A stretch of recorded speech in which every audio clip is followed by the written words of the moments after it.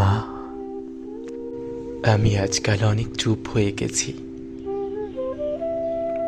কারণ এখন আমার শব্দ হয়ে গেছে তোমার হাসি। তোমার ছোট ছোট পা যখন ছুটে আসে আমার বুকের দিকে, আমি থেমে যাই, জগৎও থেমে যায় মনে হয়।